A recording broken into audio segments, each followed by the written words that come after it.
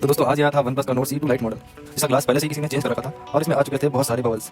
तो इसका ग्लास जो कि मुझे अपने रिस्क पर चेंज करना था, तो मैंने इस पर काम शुरू किया। इसको पूरा खोल के बहुत ही सावधानी से इसकी डिस्प्ले अलग की, फिर इसका ग्लास कट किया, थोड़ी साफ सफाई की, ग्लास अलाइन होने के बाद इसकी पंचिंग की और सारे बबल्स रिमूव कर दिए और फाइनली इसको जल्दी से पैक किया। तो दोस्तों आप लोग देख सकते हैं कि हमारा फ़ोन हो चुका है रेडी।